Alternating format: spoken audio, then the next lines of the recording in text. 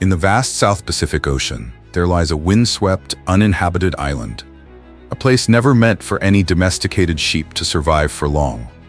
Yet it was on this unforgiving land that, in 1896, more than 400 Merino and Merino cross sheep were brought ashore and then completely abandoned. There were no shelters, no supplemental feed, no shearing, and no human care of any kind. The animals were left to endure relentless winds, cold rain, rugged terrain, and scarce natural forage in total isolation in the middle of the ocean. 75 years later, when humans finally returned, they witnessed something no one had expected. The flock was still alive, but profoundly changed.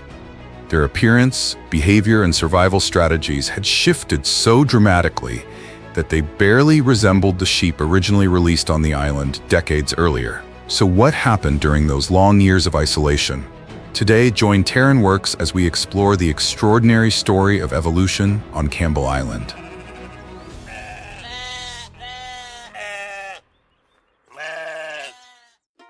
You know, there are places on Earth that are not suited for long-term human habitation, and Campbell Island is one of them.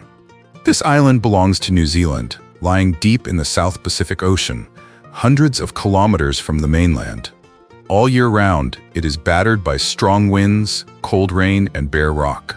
For most of its history, Campbell Island has remained almost completely isolated from the human world, a place where nature operates by its own rules. The island was officially recorded in 1810, when an Australian ship's captain discovered it during a sealing voyage and named it after the Campbell brothers, the owners of his vessel. After that, it was mainly used as a temporary stopover for offshore hunting activities. The real turning point for Campbell Island came in 1896, when the island was incorporated into New Zealand's pastoral lease system. At a time when the wool industry was booming, a farmer named James Gordon from Gisborne saw opportunity in this remote land. He signed a lease for the island and organized the transport of around 400 sheep, along with building materials, across the sea to Campbell Island. The original plan was straightforward: to take advantage of the island's vast area and lack of competition to develop wool production. However, reality on the island did not unfold as expected. After only a few years, financial difficulties forced Gordon to give up the lease. The project seemed destined to end there, until management passed into the hands of Captain Tucker. Rather than withdrawing, Tucker chose to expand the operation. In the years that followed, he arranged multiple shipments of sheep to the island, each carrying around 1,000 animals. Most of them were Merino and Merino cross sheep, breeds specifically developed for wool production. Step by step, Campbell Island began to change its role. From an island with almost no permanent human presence, it gradually transformed into an isolated pastoral outpost in the middle of the ocean. In the early years, sheep farming on Campbell Island was still maintained with a human presence. The sheep population grew rapidly, and by 1913 it had reached its peak, estimated at between 7,000 and 8,000 animals. However, this scale soon exceeded the island's environmental limits. Native vegetation was overgrazed, food resources gradually declined, and survival conditions became increasingly harsh for the sheep themselves. By 1931, when the sheep population had fallen to around 4,000, farming operations were officially abandoned. The remaining workers on the island found themselves completely isolated, with no ships and no means of communication with the mainland. Forced to endure severe shortages for nearly 2 years before they were finally evacuated. When the last rescue vessel arrived, the value of the wool they had collected was not even enough to cover the cost of transportation. After humans left, the entire flock was abandoned to the wild. With no shelters, no regular shearing, and no supplementary feed, sheep that had been bred to depend on human care were forced to confront the cold climate, relentless winds, and chronic scarcity of resources entirely on their own. When the sheep were completely abandoned on Campbell Island, most people believed their fate was already sealed. a domesticated livestock breed left without care and cast onto an island of cold winds and bare rock. The ending seemed inevitable: extinction. But reality unfolded in a very different way. Contrary to all expectations, the island's harsh environment inadvertently created conditions that allowed part of the flock to survive. The first factor was the island's terrain and climate itself. Campbell Island is surrounded by steep cliffs and powerful winds blow almost constantly. These conditions make it difficult for parasitic insects, especially flies, to thrive. For sheep, this was a crucial advantage, as flies and the infections they cause are among the most common causes of death in sheep farming. Another important factor, often overlooked, played a decisive role in the sheep's survival. On Campbell Island, there are virtually no terrestrial predators. As a result, the sheep did not face constant pursuit or life-threatening injuries.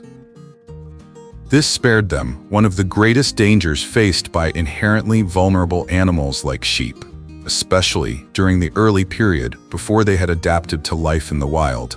As survival pressures eased, the island itself began to rebalance. After sheep numbers dropped sharply in the early 1930s, the vegetation on Campbell Island was given time to recover. Native plant species, including large, distinctive plants known as mega-herbs, gradually regenerated and expanded. The improvement of natural food sources provided the surviving sheep with enough nutrition to sustain themselves and reproduce. It was this combination of a unique climate, the absence of predators, and a recovering food supply that created a rare pause in nature, enough not only for the sheep to survive, but to continue existing under truly wild conditions. Although the environment of Campbell Island offered certain favorable conditions, the survival of the sheep flock was far from easy. Once left in the wild, the population quickly underwent a period of harsh natural selection. During this early phase, mortality rates were extremely high. Individuals unable to withstand the cold climate, move effectively across the rugged terrain, or make use of natural food sources died before they had a chance to reproduce. Only the stronger sheep, those more cold-tolerant and better adapted to life in the wild, managed to survive each passing winter. From this small group of survivors, the flock gradually stabilized and began to recover. As natural selection continued over many generations, the changes within the sheep population on Campbell Island gradually became unmistakable. The surviving individuals began to display traits increasingly suited to life in the wild. This transformation did not occur over a few short years, but unfolded across several decades, beginning after humans left the island in 1931. By 1975, when scientists returned to Campbell Island to collect the last remaining sheep, they were confronted with a scene entirely beyond expectation. What stood before them were no longer familiar domesticated sheep from the mainland, but a population that had clearly diverged after generations of isolation.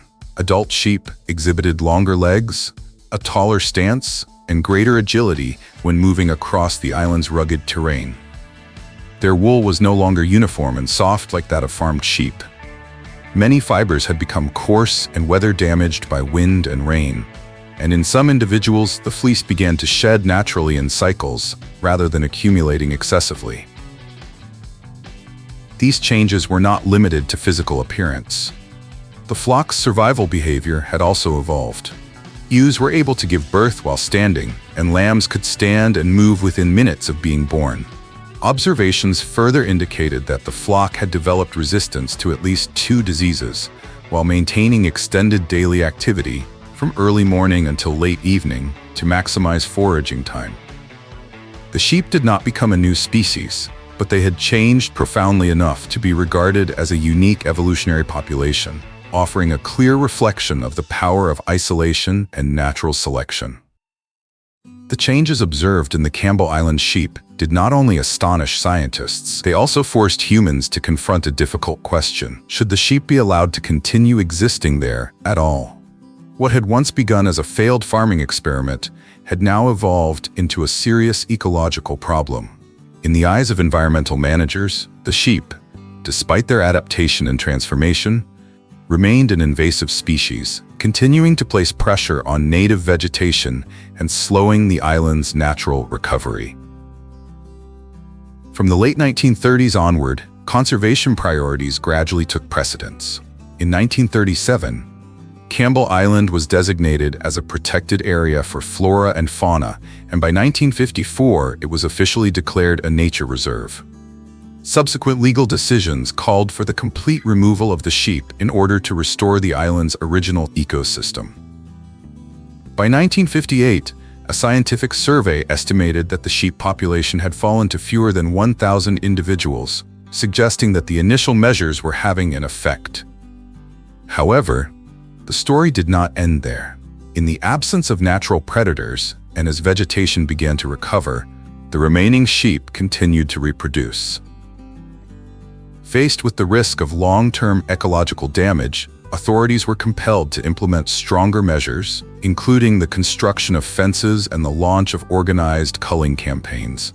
Approximately 3,000 sheep were removed over several successive operations.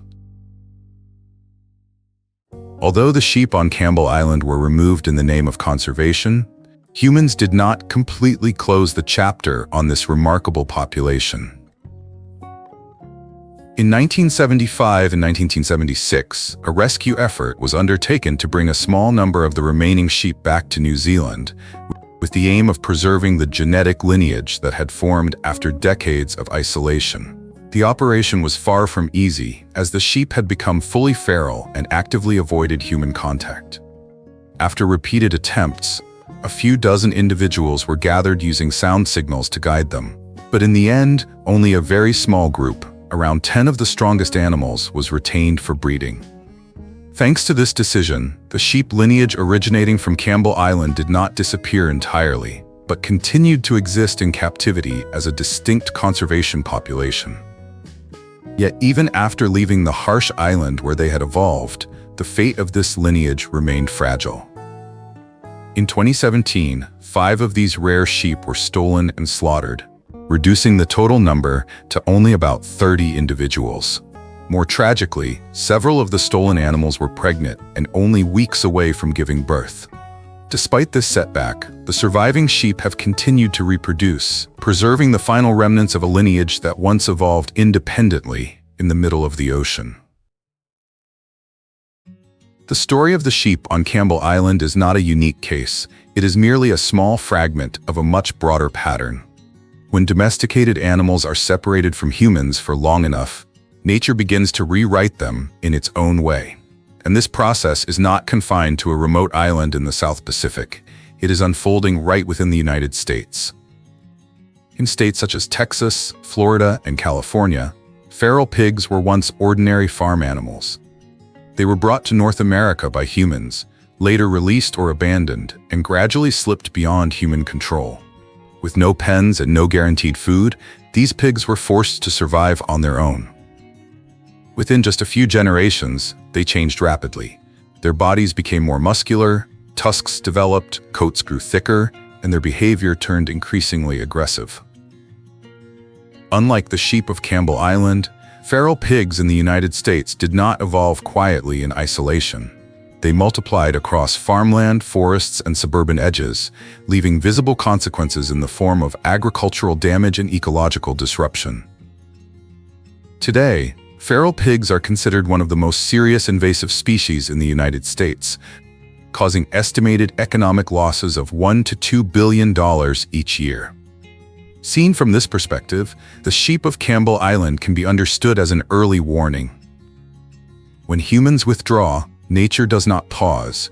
It continues to select, adapt, and transform, sometimes in ways we fail to recognize until the consequences have already become clear.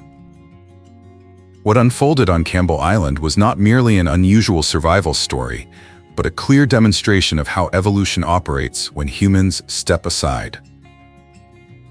In isolation, without artificial selection, nature simply continues its work, eliminating, adapting, and reshaping life across generations. From a failed farming venture, the island became a real-world evolutionary experiment, where the boundary between domestication and wilderness gradually blurred. What do you think about this transformation? Share your perspective, and don't forget to join Terran Works on our next journeys of discovery.